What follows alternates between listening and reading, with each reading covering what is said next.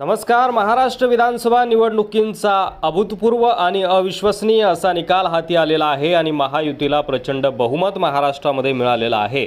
आता महाराष्ट्राच्या जनतेच्या नजरा लागलेल्या आहेत त्या म्हणजे महाराष्ट्र राज्याचा मुख्यमंत्री कोण होतो याकडे।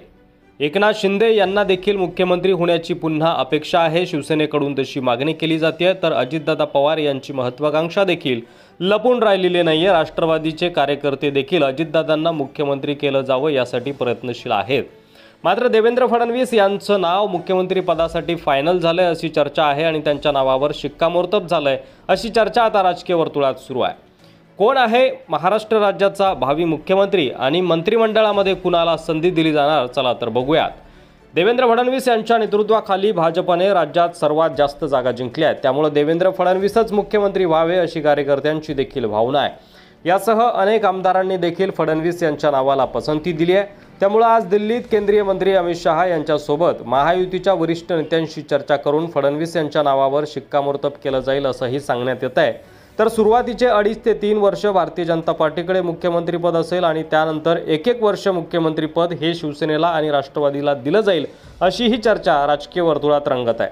महायुतीचे नेते आज दिल्लीत जाणार असल्यानं उद्याच नव्या सरकारचा शपथविधी सोहळा पार पडणार आहे। यात 1 मुख्यमंत्री आणि 2 उपमुख्यमंत्री नव्या सरकारमध्ये असणार आहेत। नव्या कॅबिनेट मंत्रिमंडळात भाजपचे सर्वाधिक मंत्री असणार असून अजित पवार गट आणि एकनाथ शिंदे गटाला समसमान मंत्रिपद देण्यात येतील अशी ही माहिती समोर येते आहे। महायुतीचे नेते आज दिल्लीत जाणार असल्यानं नव्या शपथविधीमध्ये 1 मुख्यमंत्री आणि 2 उपमुख्यमंत्री नव्या सरकारमध्ये असणार आहेत। यामध्ये आता भारतीय जनता पार्टीकडून राहुल कुल, मंगलप्रभात लोढा, संभाजी पाटील निलंगेकर, गणेश नाईक, नितेश राणे, संजय कुटे, शिवेंद्रराजे भोसले, माधुरी मिसाळ, राणा जगजित सिंह पाटील, गोपीचंद पडळकर, प्रसाद लाड यांची नावं समोर आलेली आहेत। शिवसेना शिंदे गटातील संभाव्य मंत्र्यांची यादी देखील समोर आली आहे। यामध्ये एकनाथ शिंदे, शंभूराज देसाई, उदय सामंत, गुलाबराव पाटील, दादा भुसे, संजय राठोड, भरत गोगावले, संजय शिरसाट, प्रताप सरनाईक, राजेंद्र यड्रावकर, विजय शिवतरे यांच्या नावाचा समावेश असणार आहे।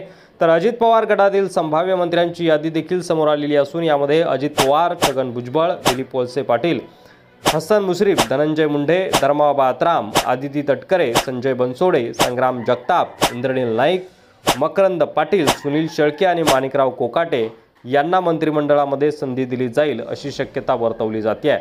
आता उद्याच्या शपथविधीमध्ये कुणाची वर्णी कॅबिनेट मंत्रिपदी लागते आणि कुणाला मंत्रिपदाची खुर्ची मिळते हे पाहण्यासारखं असणार आहे। या व्यतिरिक्त महाराष्ट्र राज्याचा मुख्यमंत्री कोण व्हावा असं तुम्हाला वाटतं? तुमचं मत कमेंट बॉक्समध्ये लिहायला विसरू नका। आणि मंत्रिमंडळामध्ये कोणत्या आमदाराला संधी दिली गेली पाहिजे, कोणत्या आमदाराला कोणतं खातं दिलं गेलं पाहिजे यावर देखील तुमची प्रतिक्रिया नक्की कमेंट करा। धन्यवाद।